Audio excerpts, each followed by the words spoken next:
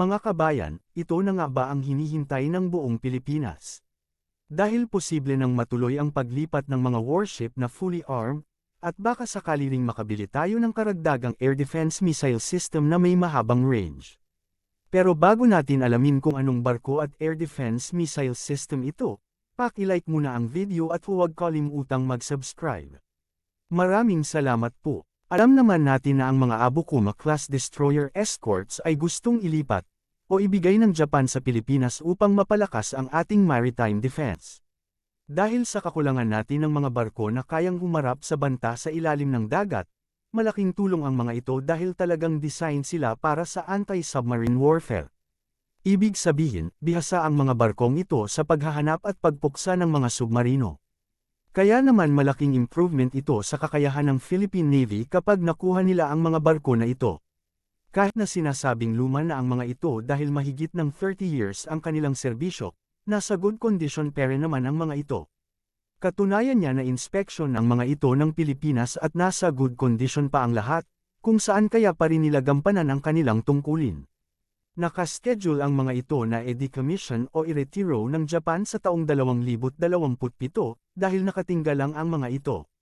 Ang mga tauhan na nag-o-operate sa mga barkong ito ay inilipat na ng Japan sa kanilang bago at stealthy na Mogami-class frigate.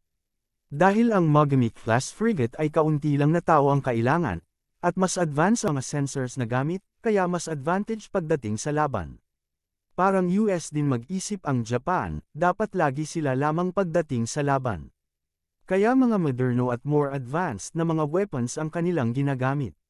Nadili lang ang paglipat ng Abukama-class destroyer escort sa Pilipinas, dahil siguro sa mahigpit na batas ng Japan na bawal mag-export ng mga lethal weapons o nakamamatay na armas.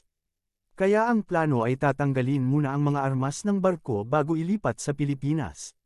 Ngunit dahil sa balitang balak ng Japan na luwan ng kanilang pulisya sa pag-export ng lethal weapons, posibleng hinintay na lang ito ng Pilipinas para makuha ang mga barko ng kumpleto ang gamit.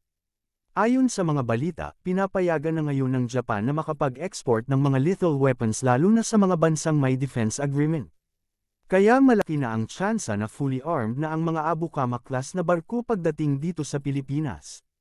Malalaman natin ang resulta pagdating ni Japanese Defense Minister Shinjiro Koizumi. Dahil nakaschedule siyang bumisita sa Pilipinas ngayong buwan ng Mayo taong 2026, para makipagkita kay Department National Defense Secretary Gilberto C. Teodoro Jr., upang pag-uusapan ang tungkol sa di umano paglipat ng mga Abukama-class destroyer escorts, at kasama din sa pag-uusap ang posibleng pagbili ng Pilipinas ng Type 03 medium-range surface-to-air guided missile system.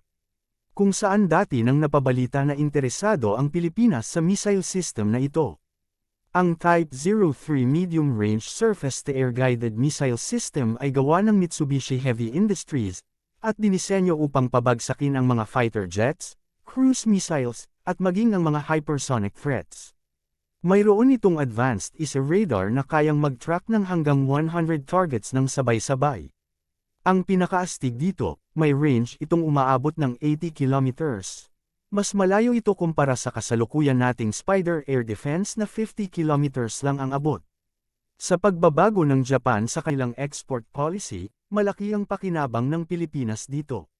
Dahil mayroon tayong defense agreement sa kanila, mas madali na ang transaksyon kung magbibigay man sila o bibili tayo ng mga kagamitan.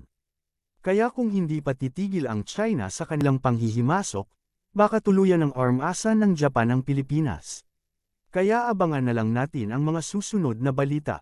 Yun lang muna mga kabayan, maraming salamat sa inyong oras at panunood.